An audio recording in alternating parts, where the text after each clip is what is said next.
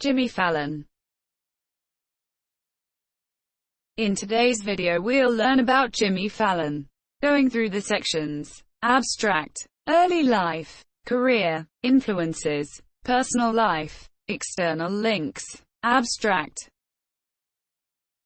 James Thomas Fallon, born September 19, 1974, is an American comedian, actor, television host, writer, and producer. He is known for his work in television as a cast member on Saturday Night Live and as the host of late-night talk show The Tonight Show starring Jimmy Fallon, and before that Late Night with Jimmy Fallon. He grew up with an interest in comedy and music, moving to Los Angeles at 21 to pursue opportunities in stand-up comedy.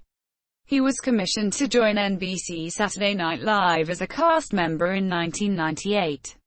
Fulfilling a lifelong dream, Monsieur Fallon remained on SNL for 6 years between 1998 and 2004, co-hosting the program's Weekend Updates segment and becoming a celebrity in the process.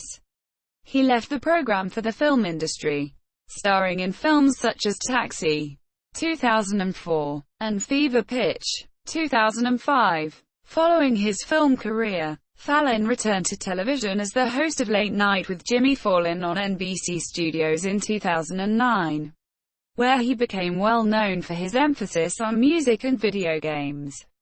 He moved from that program to become the sixth permanent host of the long-running The Tonight Show in 2014. In addition to his television work, Fallon has released 2 comedy albums and 5 books. This project compresses information gathered from Wikipedia in video format. Why should I watch it?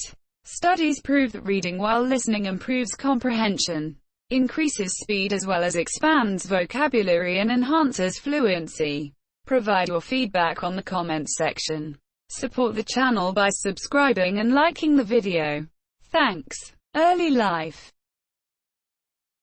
James Thomas Fallon was born on September 19, 1974 in the Bay Ridge neighborhood of Brooklyn, New York, the son of Gloria and James W. Fallon, born 1948. He is of Irish, German, and Norwegian descent. His paternal grandmother, Louise Schaller, was a German immigrant from Osterholz-Scharmbeck, and his maternal grandmother's father, Hans Hovelsen, was a Norwegian immigrant from Fredrikstad. Another set of great-great-grandparents were Thomas Fallon, an Irishman from County Galway, and Louisa Stickever, the daughter of an Irishman born in France and his Irish wife. Fallon's father spent his adolescence singing in street corner doo-wop groups, then served in the Vietnam War.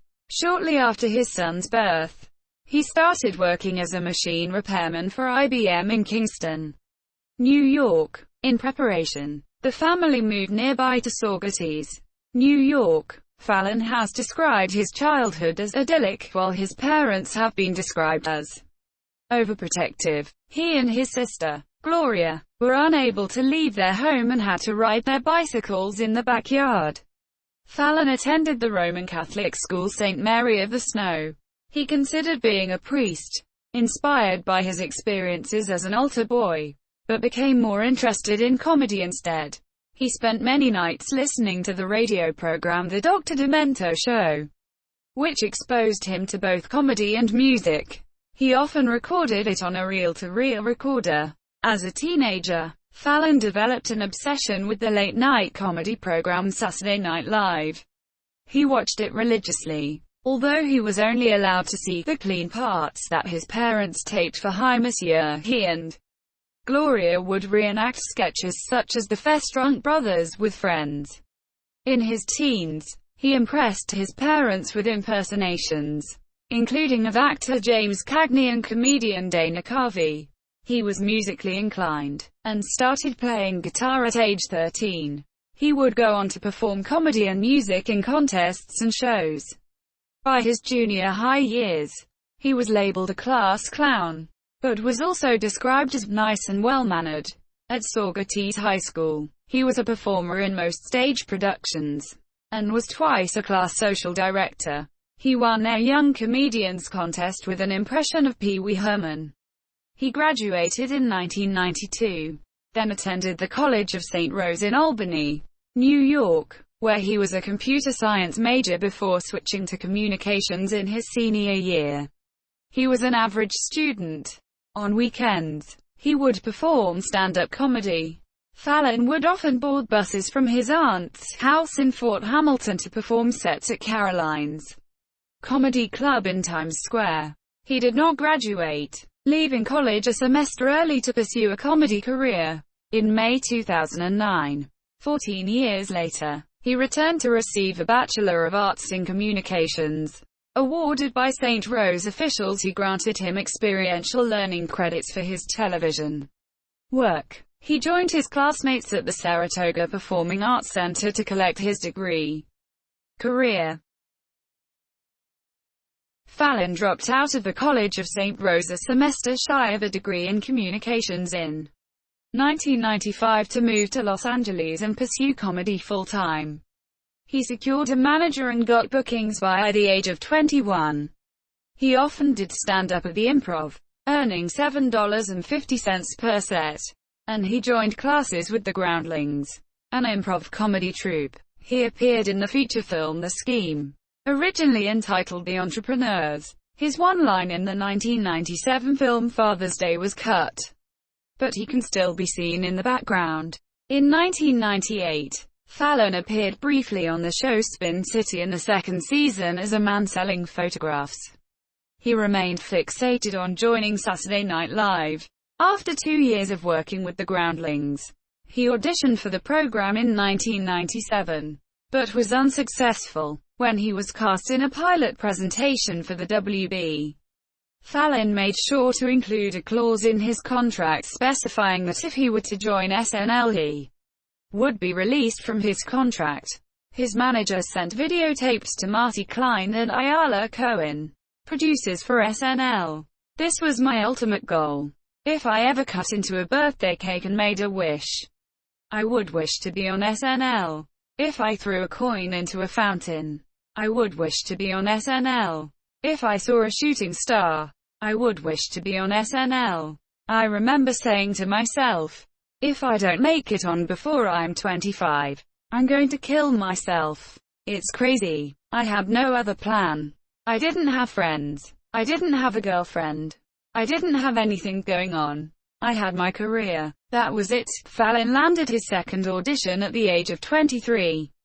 At the notoriously difficult audition, he was told by several people that creator Lorne Michaels almost never laughed during auditions.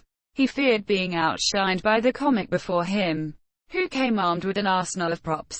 But Fallon went on stage and did well, performing at Celebrity Walkathon with impressions of Jerry Seinfeld, Chris Rock, Bill Cosby, and Adam Sandler, an SNL alumnus who had recently left the show. Michaels and others laughed. Head writer Tina Fey, who was in the room, later said, "He's one of 2 people I've ever seen who was completely ready to be on the show. Kristen Wiig is the other one. And Jimmy was really like, if there had been a show to do that night." He rushed through his original characters in order to arrive at his musical impressions, which he felt was stronger. 3 weeks passed, and despite his feeling that he had not gotten the position, he was asked to meet with Michaels at the Paramount lot in Los Angeles. Michaels informed him that they wanted him for the show, and Fallon characterized the moment as being in slow motion, remarking to Michaels before he left, "I'm going to make you proud."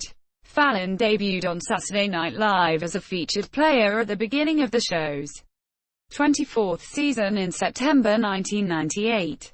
He became a star by his 4th episode, when he performed Halloween-themed versions of songs by popular artists, as well as his Sandler impression.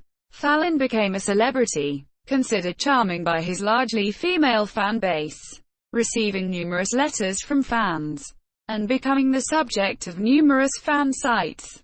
He became the program's most featured mimic, doing popular impressions of Robert De Niro, Jerry Seinfeld, and Howard Stern. He also starred as many original characters, including Nick Burns, an IT support nerd, Pat Sully Sullivan, one of the Boston teens with Rachel Dratch, and In Jarrett's Room, a fictional webcast hosted by Stoner College students Jarrett, Fallon, and Gobi, Horatio Sands. He was promoted to repertory player in his second season. In his off time, Fallon released a book comprising email exchanges with his sister Gloria, titled I Hate This Place, A Pessimist's Guide to Life, 1999, and filmed a minor role for the film Almost Famous, 2000. During their time at SNL, Fallon and Horatio Sands often drank together. Sands has described himself and Fallon as super-functioning alcoholics, and stated, "They say that kind of goes hand in hand with SNL. Some kind of substance abuse issues. Because it's so stressful you easily find yourself blowing off steam a lot." For example, on one occasion, they spent a Friday night watching The Strokes perform a midnight show, staying up until the early morning drinking. Despite having to do SNL that night, we actually took what we thought being on SNL was, what people think is awesome about it, and we made it happen, said Sands, who noted that he and Fallon got in more than a few bar fights. Fallon initially envisioned he would spend 3 years at SNL, like Belushi, but he was persuaded to stay on for an additional 3 when given the reins to Weekend Update. His co-hosting of Weekend Update increased his profile even more. During this tenure, he formed a close relationship with Michaels, whom he'd consult with on anything from dating to career advice. Fallon called a December 2001 sketch in which he imitates Rolling Stones frontman Mick Jagger in a mirror opposite Jagger his favorite thing he had done up to that point. In his later years on SNL, Fallon co-starred in a skit titled The Barry Gibb Talk Show alongside musician Justin Timberlake, where the duo portrayed Bee Gees brothers Barry and Robin Gibb. It marked the beginning of a long-running friendship and collaboration with Timberlake. Fallon became well known for his tendency to break character in sketches, an attribute he himself, as well as Michaels, disliked. It began in the infamous More Cowbell sketch, when Will Ferrell wore a tighter shirt than expected, causing Fallon to crack up. Following this, other cast members would intentionally try to get Fallon to break.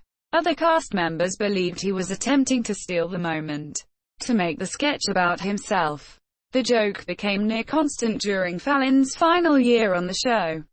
During this time, Fallon parlayed his SNL success into co-hosting the 2001 MTV Movie Awards and 2002 MTV Video Music Awards, and a recording on his debut comedy album, The Bathroom Wall, 2002, which was nominated for the Grammy Award for Best Comedy Album this year. He also modeled for Calvin Klein. Fallon was named one of People magazine's 50 Most Beautiful People in 2002, an honor Fallon found embarrassing. Fallon appeared in blackface in Saturday Night Live, impersonating Chris Rock. Fallon began to pursue a movie career beginning in 2004. He had spurned most major roles due to lack of time and disinterest in the dozens of scripts he read. He signed on for his first lead role in Taxi, a remake of a French film this year. Fallon had read the script in the prior years but became more interested when co-star Queen Latifah became attached to the project. He was also attracted to the film's action-comedy tone, seeing comparisons with SNL alumnus Eddie Murphy's first big film, 48 Hours, 1982. In the fall of 2003, he split his time between shooting the film in Los Angeles and returning to New York City for SNL. Due to these conflicts, and his contract ending, his 6th season at SNL was his last, with Fallon signing off at the conclusion of the show's 29th season in May 2004. With big expectations from the studio, Taxi premiered in the fall of 2004 and was a flop with critics and audiences, resulting in Fallon's first failure. 20th Century Fox had already signed him on for his second major role, starring opposite Drew Barrymore in the 2005 romantic comedy Fever Pitch. Fever Pitch did not fare much better than Taxi, receiving mild reviews and tepid box office returns. He met his wife, producer Nancy Uvanen. During production of the film and the two wed in December 2007, film offers decreased, with his two chances for major films both considered failures. Subsequently, Fallon went through what he has deemed a lost period, characterized by a larger-than-usual alcohol consumption and confusion over his next career moves. He wrote a screenplay during this time, about a guy in a goth band who has to pretend to be a country music star. Following his failure in film, Fallon moved back east to New York, spending a couple of years aimlessly knocking around. Prior to leaving SNL, Michaels had mentioned to Fallon that he would be a good fit to take over NBC's late-night franchise when then-host Conan O'Brien would depart the show to host the long-running Tonight Show. In the future, Michaels urged NBC to give Fallon a holding deal in February 2007 so that he couldn't be lured elsewhere. To prepare for the role of a late-night host, Fallon toured college campuses and comedy clubs for 8 months, where he tested out a new 50-minute routine. He also began watching the comedy of Chevy Chase, Dick Cavett, and Johnny Carson, as well as The Larry Sanders Show.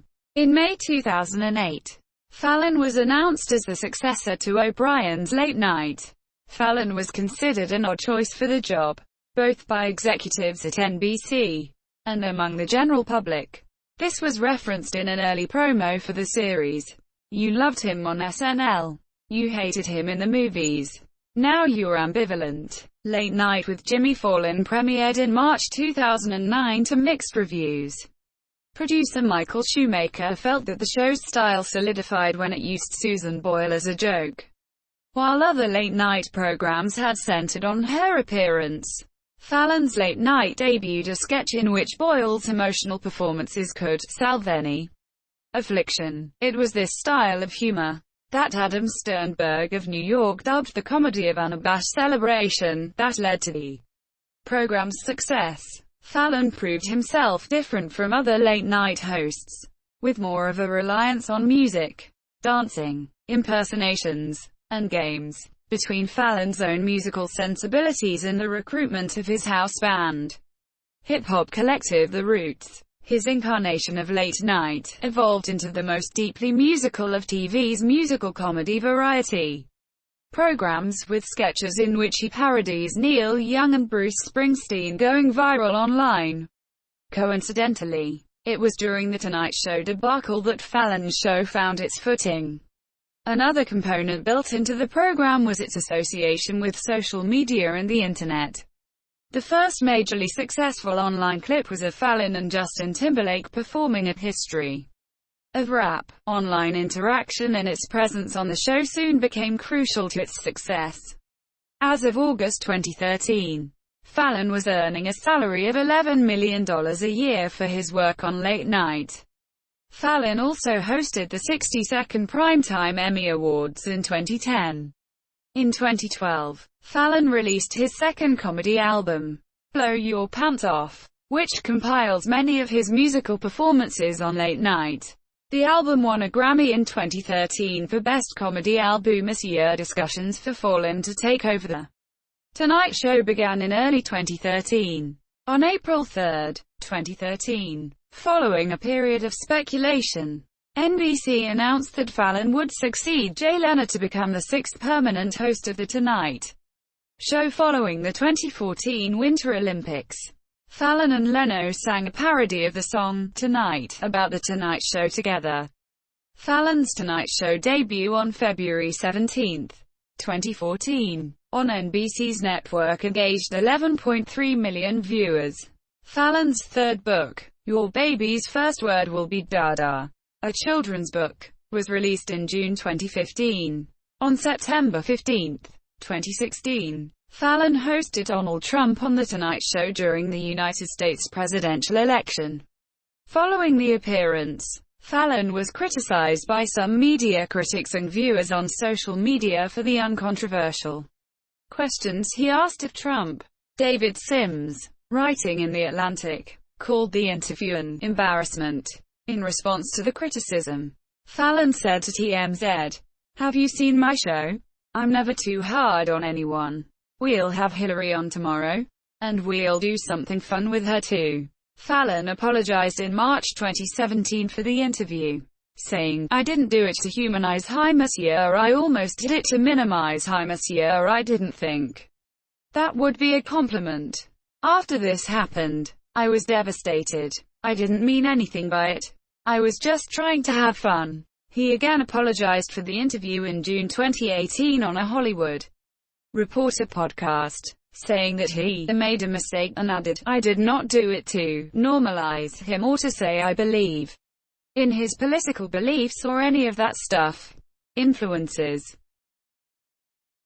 Fallon told David Steinberg on the Showtime series Inside Comedy that as a child he and his sister would imitate Steve Martin and Dan Aykroyd's wild and crazy guys routines from Saturday Night Live, and that he listened to comedy records, learning to imitate Rodney Dangerfield from the Monsieur. In 2009 he spoke on the influence of Monty Python when he appeared in the television documentary Monty Python, Almost the Truth. Lawyer's Cut. Personal life. Fallon is a Roman Catholic. Fallon told the National Public Radio, I love the church. I love the idea of it. I love the smell of the incense. I love the feeling you get when you left church. I love how this priest can make people feel this good. I just thought it was I loved the whole idea of it." Fallon married film producer Nancy Juvonen, co-owner of production company Flower Films, on December 22, 2007. They met initially on the set of Saturday Night Live but became friends on the set of Fever Pitch. Fallon proposed in August 2007 with a Neil Lane-designed engagement ring at sunset on the dock of Juvonen's family home in Wolfboro, New Hampshire. They were married 4 months later. Their daughters, Winnie and Frances Cole, were born in 2013 and 2014 via gestational surrogacy. They have a female English cream golden retriever named Gary Frick that has appeared on Late Night with Jimmy Fallon. He and his family live in Sagaponack, New York. On June 26, 2015, Fallon suffered a ring avulsion, an injury he suffered by tripping over a rug in his home and tried to break his fall from holding onto a countertop where his wedding ring nearly tore off his finger. He was taken to the emergency room and then sent to a surgeon who performed microsurgery on his finger. Fallon spent 10 days in the ICU before going home.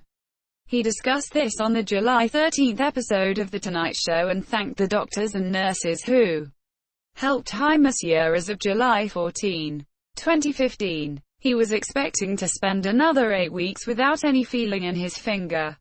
In an interview with Billboard magazine in September 2015, Fallon explained that his finger still had limited mobility and that another surgery would be required. He reiterated this point at the 67th Emmy Awards on September 20, 2015, where he appeared in public without his finger bandaged for the first time since the accident.